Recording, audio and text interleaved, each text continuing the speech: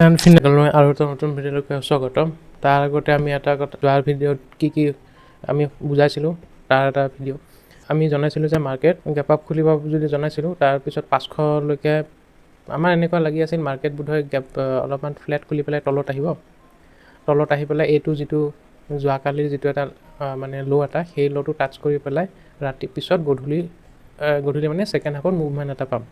কিন্তু মাৰ্কেটে কি কৰিলে আজি মাৰ্কেটে খুলিলে তোমাৰ 24,550 মানত, যিটো আমাৰ এক্সপেক্টেশ্যন আছিল যে তলত গৈ পেলাই ৰিকভাৰী লৈ পেলাই ছেকেণ্ড হাফত 550 যাব বুলি। সেইটো নহয়, ৰাতিপুৱা গেপ আপ খুলিছে 550, তাৰপিছত প্ৰফিট বুকিং আহি গ'ল। প্ৰফিট বুকিং যেতিয়া আহি গ'ল তেতিয়া কি হ'ল, আজি বহুত কথা ডিছকাশ্যন কৰিব লগা আছে, ভিডিঅ'টো চাব। তো ৰাতিপুৱা গেপ আপত খুলি পেলাই 550টো পাই গ'ল হয়, তাৰপিছতে প্ৰফিট বুকিং আহিল। কিন্তু এনেকুৱা লাগি আছিল 24,400 মানত কি হ'ব, এটা বাউন্স ল'ব বুলি। বাউন্স নলৈ পেলাই কি হ'ল, আৰু এটা মানে স্পেকুলেটিভ মুভ এটা আহি গ'ল এই প্ৰায় 11টামান বজাত। এই 24,430ৰ পৰা একেকোবে 24,290লৈকে এইটো স্পেকুলেটিভ মুভ আহি গ'ল। এইটো কোনে কৰিছে নাজানো, বাট এইটো হৈছে বহুত ডাঙৰ এটা মানে স্পেকুলেশ্যন হৈছে মাৰ্কেটত। কোনোবা ট্ৰেডাৰ বা কোনোবা এটা ডাঙৰ কাণ্ড বুলিয়ে ক'ব লাগিব। এইবোৰ যদি কি হৈছে আমি জানো, কিন্তু পাব্লিক ফ'ৰামত আমি এইবোৰ কথা জনাব নোৱাৰোঁ। কিন্তু আমাৰ মাৰ্কেটখন ভাল মানুহৰ তাত থকা নাই এতিয়া। ৰিটেইলাৰক শেষ কৰিবৰ কাৰণে মাৰ্কেটখন এতিয়া মানে বহুত ডাঙৰ প্লেয়াৰ সোমাই গৈছে। ইয়াৰ ওপৰত আৰু আমি ক'ব নোৱাৰোঁ, নহ'লে চেনেলটোৱে ব্লক হৈ যাব। এইখিনি যেতিয়া হৈ আছিল ন, তাত এইখিনি মানত 24,350 মানত যেতিয়া মাৰ্কেটখন আছিল ন, এতিয়া প্ৰায় বহুখিনি সময় ইমানত আছে, কি বুলি কয় এইটো 350, 380 এনেকুৱা লেভেলতে আপ ডাউন কৰি আছিল। এইখিনি লেভেলত যেতিয়া ট্ৰেড কৰি আছিল তেতিয়া 24,350 কলটো মই আপোনাক দেখাম। আপুনি এইটো চাব, এইটো প্ৰায় 11টামান বজাত, ঠিক আছে, 11টামান বজাত 24,378 মানে চলি আছে, ঠিক আছে। 370 বা 350 এনেকুৱা মানত চলি আছিল, ঠিক আছে। এইটো 11:30মান, এইটো আৰু মই সেইখিনি টাইমত এটা বস্তু আপোনালোকক দেখাওঁ। গ্ৰুপত আমি এইটো ডিছকাছ কৰিছিলোঁ, আপোনালোকক মই ইয়াতে দেখাওঁ। জেনেৰেলি এক্সপায়াৰীত কি হয়, টাইম ভেলুটো গুচাই দিয়ে, ঠিক আছে। মানে চব অপশ্যনবোৰ কি হৈছে, এটা মানে গামা থিটা এইবোৰ বহুত কেলকুলেশ্যন থাকে। সেই হিচাপে অপশ্যনৰ প্ৰাইচ এটা মানে যিটো মই আগতে এটা জনাইছিলোঁ চিনথেটিক ফিউচাৰ ন, সেইটো ভিডিঅ'টো আপোনালোকে যদি চোৱা নাই চাব সেই বস্তুটো, এইটোত কিছুমান কথা জানিব। কিন্তু আপুনি কওক, যদি 24,350 চলি আছে আজি এক্সপায়াৰী 11:30মান বজাত, এই কলটোৰ দাম কিমান চলি আছে, 131 টকা, ঠিক আছে। ইয়াতে ডেল্টা হাই আছিল, কিন্তু ডেল্টা একচুৱেলি এইটোত কি হ'ব লাগে, ডেল্টা জাষ্ট নিউট্ৰেল থাকিব লাগে। আৰু ইন্ট্ৰিনছিক ভেলু কিমান হ'ব লাগে, 0। ইন্ট্ৰিনছিক ভেলু মানে কিমান, যিটো মানে ষ্ট্ৰাইক প্ৰাইচ হয়, ষ্ট্ৰাইক প্ৰাইচৰ পৰা স্পট কিমান ওপৰত আছে সেইটো চাব লাগে। তেতিয়া ইন্ট্ৰিনছিক ভেলু কিহৰ ওপৰত হয়, ভেগা ডেল্টা এই দুটা মিলি পেলাই। চ' এইটোত ভাবি চাওক, আজি এক্সপায়াৰী জেনেৰেলি কি হয়, 24,350 কলটো এক্সপায়াৰী ডে দিনা যদি ITM হৈ যায়, ITM নহয় মানে এড্ডা মানি হৈ যায়, তেনেহ'লে এক্সপায়াৰী 2 ঘণ্টামান আগতে যদি থাকে তেনেহ'লে সেইটো ট্ৰেড কৰিব লাগে এনে 20-25 এনেকুৱা টকাত মানে ট্ৰেড কৰিব লাগে। আজি কিমানত আছিল, 131। তেতিয়াই আমি এই গ্ৰুপত মানে এইটো যেতিয়া হৈছিল আমি তেতিয়া বুজি পাই গৈছিলোঁ যে আজি কিবা এটা হ'ব। মানে কেনেকৈ আপোনাৰ একচুৱেলি কি হয়, নেক্সট এক্সপায়াৰীত যদি এইটো 24,350 কলটো 130 ৰুপিজ হোৱাটো সেইটো ঠিক আছে, এইটোত টাইম ভেলু এটা পায়। কিন্তু আজি কেনেকৈ টাইম ভেলু ইমান থাকিব লাগে, 100 টকাৰ টাইম ভেলু কেনেকৈ আহিব লাগে। এইটো একচুৱেল ৰেট চলিব লাগিছিল এৰাউণ্ড 30-40 টকামানৰ, কিন্তু চলি আছিল 130। তেতিয়া মই গম পাইছোঁ যে একচুৱেলি মাৰ্কেটখনৰ মেইন যিটো মানে মাৰ্কেটখন যদিও ইণ্ডেক্সত দেখাই আছে 24,350, কিন্তু ইয়াৰ ক্লজিং প্ৰাইচ এৰাউণ্ড 24,500 আছপাছ হ'ব লাগে, ঠিক আছে। তো আমি কল চল লোৱা নাই, কিন্তু এইবোৰ ষ্টাডি বস্তু। গতিকে কি হৈছে, এই তেতিয়াই মাৰ্কেটখনত আমি মানে একদম আউট হৈ গৈছোঁ, একো মানে বাছ চাই আছোঁ। তাৰপিছত আপোনালোকে দেখা পালে কি হ'ল, ইণ্ডেক্স ইয়াৰ পৰা বাছ এইডাল কেণ্ডেল বাছ 3 মিনিটৰ কেণ্ডেলতে চাওঁ, 500 পইণ্টছৰ মুভমেণ্ট, 24,350ৰ পৰা 600, এইটো 300 পইণ্ট। তাৰপিছত অলপমান কনচিডাৰ কৰি পেলাই লাষ্টত 840লৈকে, ভাবি চাওক 500 পইণ্টছৰ মুভমেণ্ট। আৰু তাৰপিছত এইখিনিতে ঠিক আছে, এইটো অপশ্যন প্ৰাইজৰ কাৰণে হৈ গ'ল, ইমানখিনি হেভি, ইমানখিনি ইন্ট্ৰিনছিক আছিল, মানে মাৰ্কেট 500লৈকে আহিব লগা আছিলে। কিন্তু তাৰপিছতো কি হ'ল, কল ৰাইটাৰ ট্ৰেপ হ'ল। কল ৰাইটাৰ ট্ৰেপ হোৱাৰ কাৰণে কি হৈ গৈছিল, 24,800লৈকে গ'ল। তাৰপিছত 230ত 24,850 পৰা 24,498লৈকে এইটো যিটো ফল আহিছে, ভাবি চাওক কেনেকুৱা টাইপৰ ভলিউম। আজি যোনে মই যোৱাকালিয়ে জনাইছিলোঁ যে ট্ৰেড নকৰিব বুলি, আজি বহুত মানে এইটো স্পেকুলেটিভ মুভমেণ্ট হয়, সেইকাৰণে আমি অপশ্যনত ট্ৰেড নকৰোঁ। অপশ্যনত ইমানখিনি স্পেকুলেশ্যন হয়, মই যে কওঁ লটাৰী বুলি, আচল কাৰণটো হয় যে অপশ্যন প্ৰাইচটো মেনিপুলেট কৰে, এইটো স্পেকুলেট কৰিব পাৰে। বহুত মানে ইনষ্ট্ৰুমেণ্ট আছে, ইনষ্ট্ৰুমেণ্টেদি অপশ্যন প্ৰাইচ মেনিপুলেট কৰিব পাৰে ইণ্ডেক্স মানে। আৰু এতিয়া আৰু ইজি এইকাৰণে হৈ গ'ল, এতিয়া চেবিয়ে বহুতে মাৰ্জিন কমাই দিছে, গতিকে ৰিটেইলৰ পাৰ্টিচিপেশ্যন আৰু কমি গৈছে। তাৰ কাৰণে কি হয়, মানে বিডিং আৰু আস্কিং প্ৰাইচবোৰ বহুত আনমেচ হৈ যায়, আৰু তাৰ ফাইদা লয়।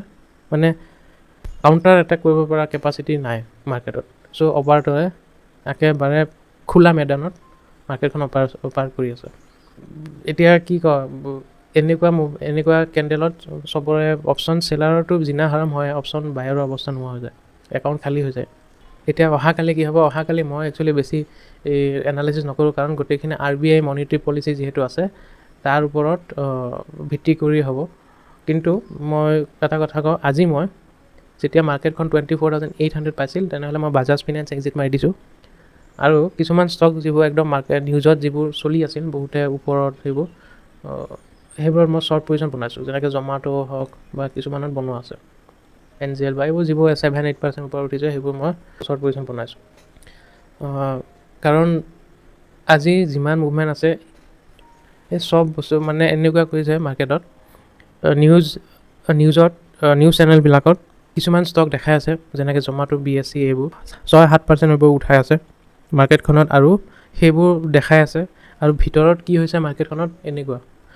চ' আজি কমপ্লিটলি মানে স্পেকুলেটৰৰ দিন আছিল, স্পেকুলেটিভ ট্ৰেডিং এট ইটছ পিক, মানে এনেকুৱা বুলি ক'ব পাৰোঁ। এইবোৰ যদি টাৰ্মছ মই ইউজ কৰোঁ, মোৰ চেনেল আৰু বেছিদিন নাৰাখে, ৰিপৰ্ট মাৰি দিব। তথাপি কিন্তু যিবোৰ হৈ আছে ন মাৰ্কেটত, সেইবোৰ একচুৱেলি ভাল নহয়।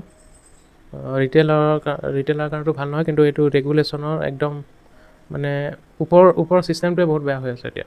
কিন্তু এতিয়া নেক্সট হ'ল আমি কি কৰিব পাৰোঁ চাওক। এতিয়া মাৰ্কেটখনত কি হৈছে, আজি যিটো ভলিটিলিটি, এই ভলিটিলিটিৰ যিবোৰ লেভেল আছে ন, যিবোৰ ল' আজি টাচ হৈছে বা যিবোৰ হাই হৈছে, সেইবোৰ টাচ কৰিব এদিন নহয় এদিন আহিবই। কাৰণ এইটো স্পেকুলেটিভৰ পজিশ্যন হয়। স্পেকুলেটিভৰ পজিশ্যন যেতিয়া হয়, এই যিটো ফাণ্ড ইউজ কৰিছে স্পেকুলেশ্যনৰ কাৰণে, সেইখিনি ফাণ্ড তেওঁলোকে মাৰ্কেটৰ পৰা উইথড্ৰ কৰি দিয়ে, উইথড্ৰ কৰিব লাগিব। চ' দুটাৰ পৰা মানে যদি ইয়াৰ পৰা যদি তলত আহি যায়, তেনেহ'লে বুজি পাব মাৰ্কেটখন আৰু তলত পৰিব। আৰু যদি ইয়াৰ ওপৰলৈকে গুচি যায়, তেনেহ'লে নতুন ফ্ৰেছ মানি যদি আহিছে ওপৰলৈকে গুচি যাব। আৰু যদি এইটো যদি ব্ৰেক হৈ যায় বা মাৰ্কেটখনত যদি লিকুইডিটি নোহোৱা হৈ যায়, কাৰণ আজি বহুতৰে লছ হৈছে, ঠিক আছে। এতিয়া যদি বাইং পাৱাৰ কমি গৈছে, লিকুইডিটি যদি কমি গৈছে, তেনেহ'লে মাৰ্কেটখন কোনে হোল্ড কৰিব আহে সেইটো ক'ব নোৱাৰি। বাট মই যদি চাব যাওঁ, মই অলপমান একদম অ'পেন অৰ্ডাৰবোৰতো নাই, মই আপোনাৰ অৰ্ডাৰ হিষ্ট্ৰী জনাই দিওঁ। এই বাজাজতো এইবোৰতো ঠিক আছে। পলিকেপ যেতিয়া ওপৰত উঠিছিল, মই এটলিষ্ট 12:32 মানত এক্সিট মাৰিছোঁ। বাজাজ ফাইনেন্স 12 এইবোৰত এইটো নহয়, মই বাজাজ ফাইনেন্স এক্সিট মাৰিছোঁ প্ৰায় 2:30 মানত, যেতিয়া এই ভলিটিলিটি এটা পিকত আছিল, তেতিয়া মই এক্সিট মাৰিছোঁ। আৰু এই জমাটো এইবোৰ কেতিয়া একেবাৰে লাষ্টত 250 মানত, মানে 3টা বজাৰ আগে আগে এই শ্বৰ্ট পজিশ্যনবোৰ বনাইছোঁ, যেতিয়া মাৰ্কেটখন মানে একদম ওপৰত আছিল এইটো টাইমত, তেতিয়াই মই শ্বৰ্ট পজিশ্যনবোৰ বনাইছোঁ। চ' চাওঁ এতিয়া মাৰ্কেটখনত, কিন্তু চাওক কালিও মাৰ্কেটখনে ডাঙৰ এটা ভলিটিলিটি হ'বই, কিন্তু মোৰ কিয় লাগি আছে কালি অপশ্যন ৰাইটাৰৰ ডে, আজি অপশ্যন ৰাইটাৰৰ অৱস্থা নোহোৱা কৰিছে, কালি অপশ্যন ৰাইটাৰৰ দিন বনাব পাৰে। তো মই ট্ৰেডিং কেপিটেল বচাইছোঁ আজি পজিশ্যন অলপ হালকা কৰি পেলাই শ্বৰ্টো বনাইছোঁ। তেতিয়া মোৰ কি হ'ব, লং আৰু শ্বৰ্টৰ যিটো ৰেচিঅ' হয় সেইটো অলপমান ফেভাৰেবল হৈ যাব। যদি মাৰ্কেট যদি তলতো আহে, তেনেহ'লে আমি শ্বৰ্টবোৰে প্ৰফিট দিব, আৰু যদি লং হয় তেনেহ'লেতো লঙৰ পজিশ্যনখিনি দিব। আৰু অলপমান ফাণ্ড ৰখাও আছে। চ' সেইটোৱে। এতিয়া নিফটি কি কৰিব, নিফটিয়ে চাওক, যদি RBI মনিটাৰী পলিচি যদি ভাল আহে, তেনেহ'লে কি হ'ব, বেংক নিফটিয়ে অলপমান ওপৰত যাব পাৰে। ছাপ'জ এটলিষ্ট ইমানখিনিলৈকে যাব পাৰে, 54,000লৈকে যাব পাৰে, কাৰণ বেছি পইণ্ট নহয়তো, এইটো 400। আজি 54,000 টাচ কৰিব ওলাইছিলে, আৰু অলপমান HDFC ছাপৰ্ট দি দিলে 54,000 পাই গ'ল হয়, কিন্তু টাচ নকৰিলে। কিন্তু অহাকালি বোধহয় 54,000 টাচ কৰি পেলাই অলপমান ওপৰলৈকে যাব, তাৰপিছত প্ৰফিট বুকিং আহিব যেন লাগে। আৰু যিবোৰ হ'ব চব RBI মনিটাৰী পলিচি যেতিয়া কমেণ্ট্ৰি আহি থাকিব তেতিয়া হ'ব। চ' বিগ ভলেটাইল ডে। আৰু পলিচিৰ আগত যিবোৰ পজিশ্যন হয়, পলিচিৰ আগত যিবোৰ পজিশ্যন বনোৱা হয়, পলিচিৰ পিছত সেই গোটেই পজিশ্যনবোৰ ৰিভাৰ্চ হ'ব লাগে। জেনেৰেলি হয় এইবোৰ কথা কোনোৱে নজনাব, বাট মই আপোনালোকক এতিয়া জনাই থৈ দিছোঁ। বোধহয় কালি এনেকুৱাও দেখাব পাৰে যে 54,000 দি পেলাই বেংক নিফটি ব্ৰেকআউটো দিব বা অল টাইম হাই বুলি ক'ব, কিন্তু হুঁচিয়াৰ থাকিব, বাছ সেইটোৱে কওঁ। অলপ শ্বৰ্ট পজিশ্যন বনাইছোঁ, চাওঁ কি হয়। 24,700 মই কৈছিলোঁ যোৱাকালি যে ইয়াৰ পৰা আমি 700লৈকে লৈ যাম, তাতকৈও বেছি হৈ গ'ল, 800 আহি গ'ল। চ' 800ত আমি যিহেতু আজি অলপমান মহল মানে স্পেকুলেটিভৰ যেন লাগিছে, গতিকে তাৰ কাৰণে মই শ্বৰ্ট বনাইছোঁ। ইমানখিনিয়ে। ভিডিঅ'টো লাইক কৰিব, শ্বেয়াৰ কৰিব। আৰু আমি এটা ব্ৰ'কাৰ লগত জইন হৈছোঁ। আপোনালোকে কি মানে আপোনালোকৰ ব্ৰ'কাৰ কি হয়, কোনটো প্ৰিফাৰ কৰে, সেইটো আপোনালোকে জনাব। আৰু কমেণ্ট ছেকশ্যনত অলপমান মটিভেট কৰিব, সেইটোৱে। Thank U.